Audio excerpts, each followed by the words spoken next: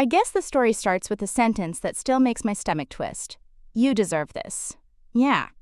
That's what my boss said when he handed me the envelope with the keys. And stupid me, I actually thought he meant it. NNSO. Hi, Reddit. I'm 29F, and until a few months ago, I was living what I thought was my glow-up era. The hardworking assistant to a ridiculously successful CEO in Dubai. You know the type. The man who makes every room stop talking when he walks in, with a smile that could sell sand to a camel.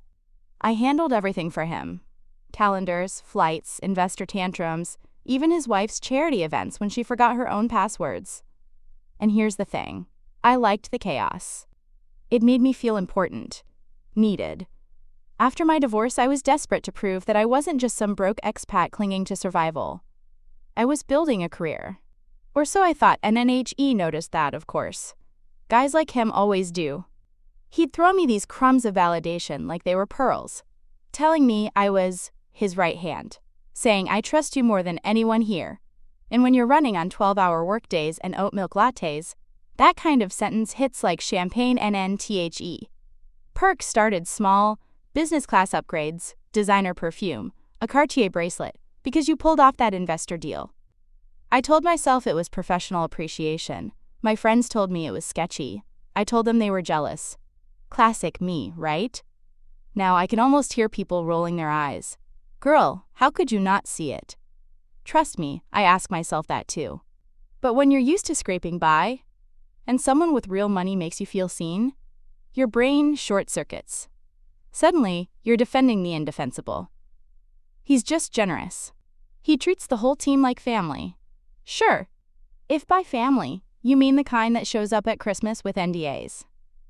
Anyway, one random Thursday he calls me into his office. Floor-to-ceiling glass, city view, that stupid smell of expensive coffee beans, and says he's been thinking about my future. Now, when a man like that says those words, you brace yourself for either a proposal or a pink slip. Instead, he slides an envelope across the desk, smooth as ever, and says, "You've earned this. It's time you had something of your own." Inside were the keys and a glossy brochure, Dubai Marina Residences. Value, $1.2 million. I swear my brain just froze. He said it was an investment, that I shouldn't overthink it, that successful people reward loyalty. And all I could manage was to nod and whisper thank you like a total idiot. When I told my friends, they freaked out. That's not normal. What's the catch? NBUTI brushed it off. I said, he's just that kind of guy. And I believed that, right up until I saw the paperwork. NNBUT, I'll get to that. For now, picture this. Me, standing in that brand new apartment, with a view of the marina lights glittering below, the AC humming softly, and that faint smell of his cologne still lingering from when he came to check the place out. NFOR a moment. I thought, wow, I actually made it. Then he smiled that perfect CEO smile and said, "You're part of something bigger now." I didn't realize how literal that sentence was. Yeah. That was the first red flag I actually noticed. Took me 2 years and a $1.2 million apartment to finally see it. So let's talk about the paperwork. Because nothing kills a fairy tale faster than a stack of legal documents in Times New Roman. And a week after the key ceremony, yeah, I call it that now because it might as well have been a ritual, I got an email from his personal lawyer. Subject line, "For your records." NTHE email had an attachment, a bunch of PDFs, scanned signatures, corporate stamps, the whole deal. I didn't even open them at first. I was still too busy taking mirror selfies with my investment apartment and pretending I belonged there. NNBUT then, one night I couldn't sleep. The AC was humming like it always did, and I swear the place felt too clean, too empty. I opened the docs out of boredom. And right there, in black and white, I saw it, N Blue Meridian Holdings Limited, and next to it, my name. As a shareholder, and now I'm not an expert in finance, but I've seen enough Netflix crime docs to know that when something sounds like a boat, a star, or a color, it's probably an offshore company. I did what any underpaid assistant with too much anxiety would do. I Googled it.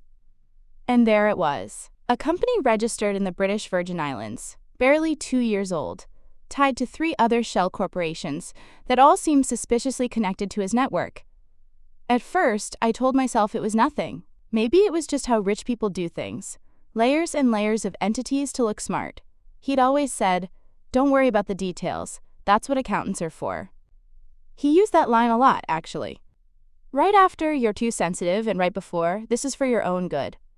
Yeah, the holy trinity of gaslighting. Still, something felt wrong. I could feel it every time my phone buzzed with another urgent email from him at 11:45 p.m. Every time he'd drop a casual, "You're part of the inner circle now." Every time he'd tell me, "You have no idea how valuable loyalty is in this business." I started keeping notes, timestamps, messages, voice memos. Not because I planned to do anything, but because my gut finally stopped trusting his smile. And here's the thing, he never asked for anything inappropriate. No dinner invitations, no accidental touches, none of that. Which somehow made it creepier. He wanted something else. My name. My clean record. My plausible deniability. A few days later, he called me into his office again. The same corner office, the same skyline behind him like a backdrop for a TED Talk.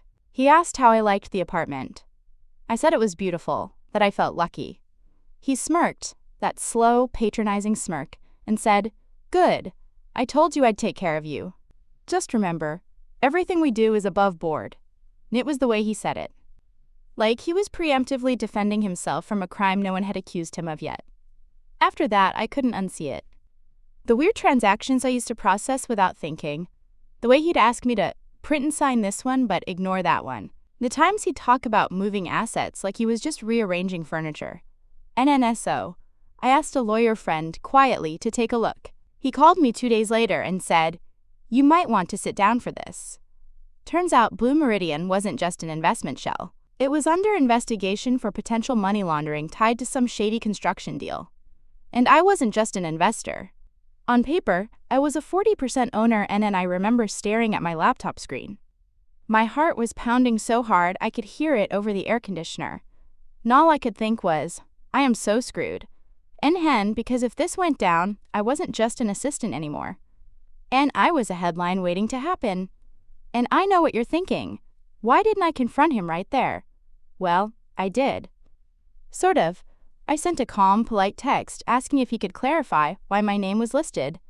He replied instantly, "Nin, you worry too much. This is how wealth works."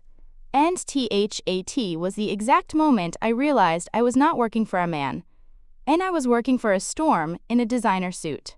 After that text, "You worry too much. This is how wealth works." Something inside me cracked. And I stopped seeing him as a mentor and started seeing him as a walking risk assessment. It's wild how fast paranoia sets in once you realize you've been dragged into something illegal. Every phone buzz felt like the police. Every, "Hey, can you come to my office for a sec?" sounded like a trap. I'd sit at my desk pretending to type, while my mind ran through every possible scenario where I ended up in jail for something I didn't even understand. NNTHE apartment. The view, the fancy coffee machine. All of it started to feel radioactive. I'd walk in and swear I could still smell his cologne, like the walls themselves were mocking me. That same scent that once felt luxurious now made my stomach twist. And the way he acted?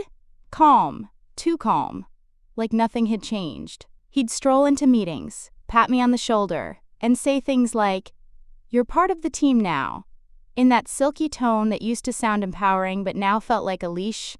NNTHE thing about men like him is they know exactly when you're scared. They can smell it. NHE started throwing little comments. "You're not getting cold feet, are you?" with that fake laugh that hides real warning. Or, "You've got to toughen up.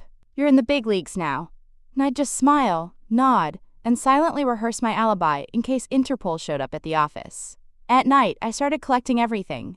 End screenshots of emails, voice messages, transaction IDs, scanned copies of those for your records PDFs. I bought a separate hard drive and hid it inside a makeup bag. Classic paranoid behavior, but paranoia is the only thing that's kept me out of handcuffs, probably. NNMY therapist used to say, "When you feel unsafe, your body keeps the score." She was right. My shoulders stayed locked for weeks. I'd wake up clenching my jaw so tight I'd taste blood on my gums. And still, I'd go to work, smile, schedule meetings, and order his damn green smoothies like everything was fine. NNTHE turning point came one night when I accidentally overheard him on a call. He didn't notice I was still in the office. I'd stayed late finishing a report. He was pacing, talking in that low CEO whisper that makes every word sound like a secret. Something about moving the asset out of her name before quarter end. NHER. As in, me and I froze. NTHAT sentence made everything real. It wasn't paranoia anymore. It was confirmation. And I quietly slipped my phone out and hit record. My hands were shaking so badly I thought he'd hear the tremor through the door. He mentioned Blue Meridian, my apartment, and something about cleaning the trail. And that was it. The phrase that broke the spell. Cleaning the trail. When he finally left, I sat there in the dark office. The only sound was the low hum of the printer and the buzzing fluorescent light overhead. I remember staring at his empty chair and thinking, "You did this to yourself. You wanted to feel important. Well, congratulations, you're the star witness in a money laundering case." NNTHAT night, I emailed my lawyer friend everything. The documents, the voice note, the timestamps. NHE called me an hour later and said, "Okay, you need to leave the country." Quietly, and I packed a suitcase that night. Passport, external drive, a few clothes, and left the keys to the apartment on the counter. No note, no explanation, just gone. And NHE texted me the next morning. And "Where are you? We need to talk. Don't do anything stupid." And I didn't reply. I just stared at the message, watching the little typing bubble appear and disappear like it was breathing. That's when I knew it wasn't just business anymore. It was Control N, and maybe, for the first time in my life, I decided not to play along. Leaving Dubai felt like walking out of someone else's dream. The kind where everything sparkles on the surface, but if you scratch too deep, it bleeds. I remember sitting at the airport with my carry-on and laptop, watching the boarding screen flicker between flights to London, Singapore, Zurich, destinations that probably had more of his money floating through them. I picked Singapore because it sounded far enough away to breathe, and an MY lawyer friend had already sent a message to the authorities through a contact. Nothing flashy, just a quiet email with all the attachments, and one polite line. My client would like to report suspicious financial involvement without prior consent. It was so calm, so tidy, you'd never guess it could end a man's career. NNTHO's first few days in Singapore were weirdly silent. No calendar alerts, no urgent calls at midnight, no driver honking downstairs. I didn't realize how much of my life had been background noise until it was gone. The first night I actually slept through, I woke up panicked because it was too quiet. I half expected to see his name light up my phone screen again with that signature text. "Need you for 5 minutes. NNBUT. There were no texts. Not until day 4N. "You've made a mistake. We can fix this if you come back." That's what he wrote. No hello, no how are you, just control wrapped in confidence. And I didn't answer. Instead, I forwarded it to my lawyer, who told me to keep everything, respond to nothing. A week later, the story broke in the business press and CEO of Meridian Group temporarily steps down amid compliance review. NNTHE photo was almost cinematic. Him in a navy suit, jaw set, pretending to look dignified. I stared at it for a long time. I thought I'd feel triumphant. Instead, I just felt hollow. Like I'd finally ripped out a rotten tooth, but my tongue still kept searching for the pain. People like him don't just disappear, though. They sink quietly, strategically, waiting to resurface somewhere else with a new company name and a renewed vision. I knew that. My lawyer knew that. But for now, at least, I wasn't the one carrying his crimes in my name. It's funny, the little details that stay with you. The last time I walked out of his office, the air smelled like bergamot and toner. My reflection in the glass looked smaller than I remembered. He'd said, "You're part of something bigger now." I didn't realize he meant the evidence file. And rural, when the investigators contacted me, they were surprisingly kind. They called me Ems and said words like, quote, quote, quote, quote, quote, witness. It sounded so professional, so sterile. They asked if I'd be willing to provide context, and I said yes. I sent them everything. The recordings, the email threads, even the photos of those damn keys. NNTHE weirdest part? The keys. I couldn't bring myself to throw them away. They sit in the bottom of my bag even now, 2 pieces of cold metal that remind me of everything I ignored. Sometimes I pull them out just to feel their weight, proof that you can literally hold manipulation in your hands and still call it love, loyalty, gratitude, whatever helps you sleep. After a few weeks, The fear started to fade. I got a small apartment, started working remotely for a different company, nothing glamorous. I make my own coffee now, no more green smoothies.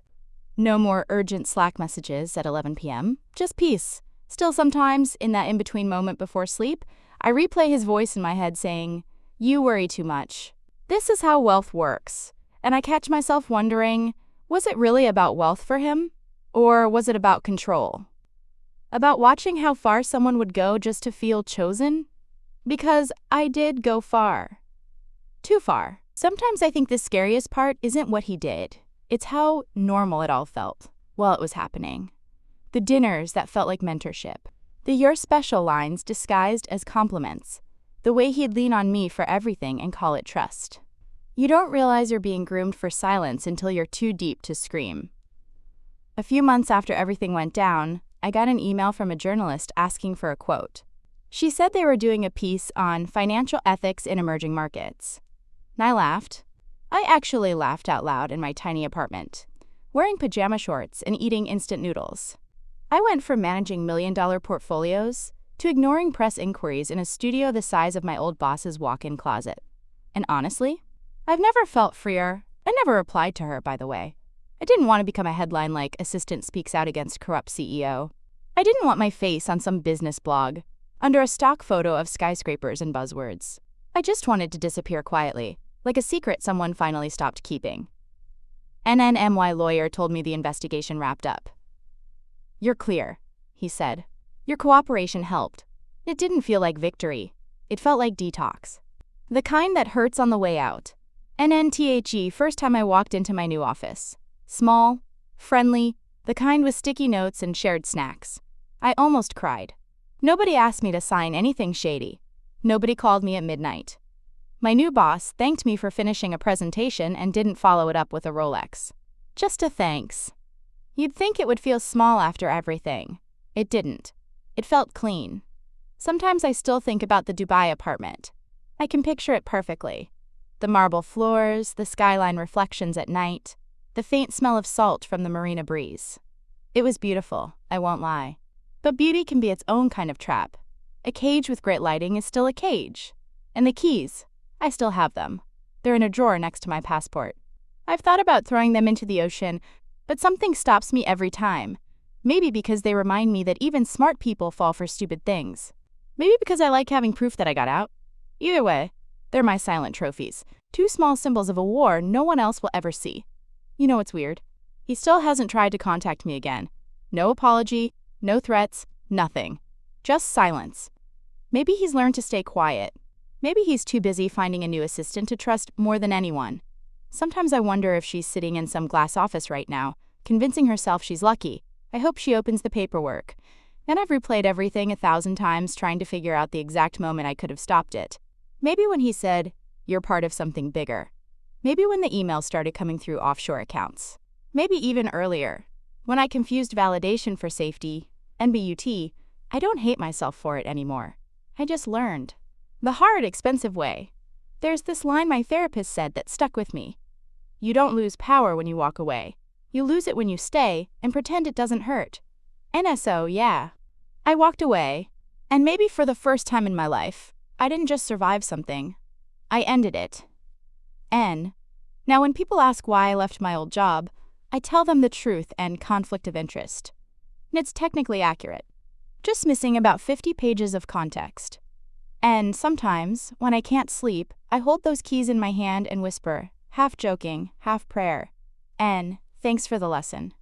Then I put them away. Because some stories don't need revisiting, they just need witnesses. NNSO. Tell me, Reddit, would you have exposed him like I did, or taken the gift and kept your mouth shut?